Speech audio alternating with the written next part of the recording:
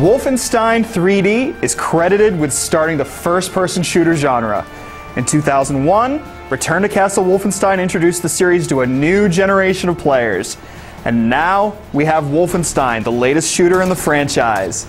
The newest Wolfenstein feels practically ancient in some ways compared to most modern shooters. Its technology is behind the times, the artificial intelligence is not very smart, and there are all sorts of little things that could have used some refinement. But you know, Wolfenstein can be a lot of fun. It's got some cool set-piece battles and fantastic boss fights, and the single-player campaign is surprisingly long. Alright, let's go! And then there's the multiplayer, which returns to the old Return to Castle Wolfenstein formula, just as fans would expect. So if you just want some pure throwaway fun and don't mind some noticeable flaws, you'll enjoy BJ Blazkowicz's latest journey into the supernatural side of World War II. As for the story, well, Return to Castle Wolfenstein's story was hardly a classic, and nothing much has changed in that regard.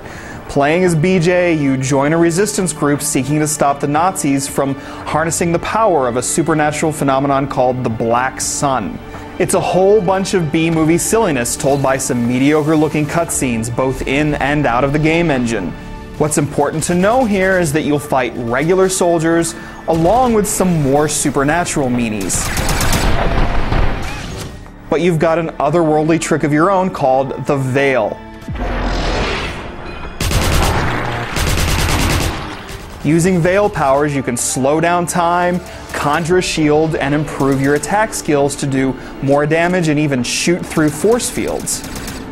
And as you earn money from completing missions and finding money bags scattered around, you can upgrade these powers in RPG-like fashion. These abilities feel somewhat contrived, and they've appeared in other games. More annoyingly, the visual effects that occur when entering the Veil can cause the frame rate to take a hit. Not exactly a desirable event in a fast-paced shooter. But you'll still make good use of the powers. Your enemies aren't smart. They'll ignore grenades and often won't react when someone standing right next to them gets shot. But they are tough and will do a lot of damage. So you'll need to use the Veil often, and use your limited Veil energy reserves wisely. Wolfenstein is a challenge, but sometimes it does get cheap.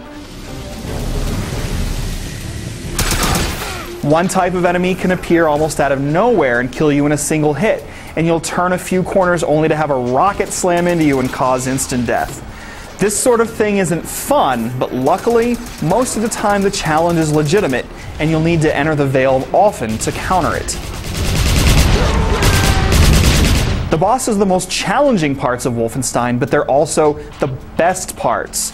They require you to use the Veil in different ways and utilize your best weaponry. The boss characters are tough, they fight you in cool-looking arenas, and they're just good, old-fashioned fun.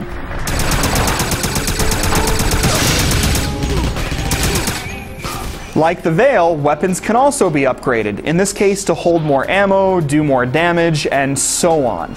The shooting feels really good. Traditional weapons like the MP40 feel comfortable and are fun to shoot. But the highlights are the sci-fi editions like the Tesla gun and the particle cannon. Turning Nazis into goo is never a bad way to pass the time, after all.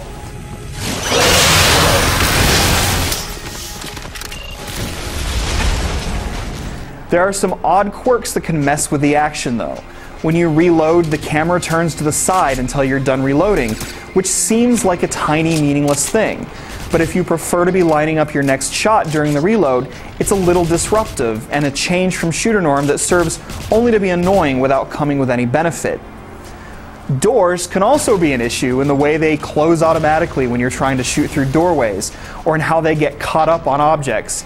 If one gets really stuck, you may even have to reload a checkpoint. There are a number of little things like this you'll notice, and it's the general lack of fine-tuning that makes the difference between a good game and a great one. The online side of things marks a return of the multiplayer that made Return to Castle Wolfenstein such a hit online.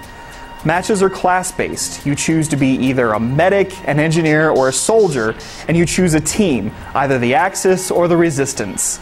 Team deathmatch is pretty much what you would expect, so you'll get the most mileage out of the stopwatch and objective modes. In these modes, one team assaults and one defends, and the assaulting team must carry out multiple objectives to win the match. The difference between the objective and stopwatch modes is that in stopwatch, each team takes turns to see who can complete the objective in the fastest time.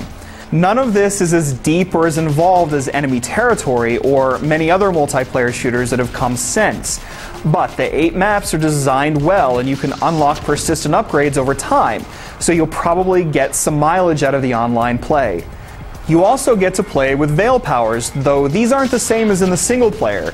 Each class gets a single power, so medics can heal teammates in a particular radius, soldiers can use Veil Strike to cause explosive area damage, and engineers can run real fast.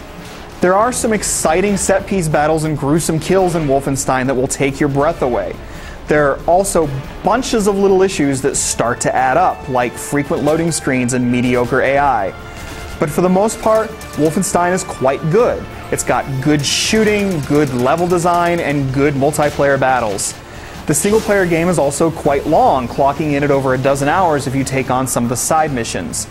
With more attention to detail, Wolfenstein might have even been great. But if you loved Return to Castle Wolfenstein, you'll find exactly what you were looking for here. No more and no less.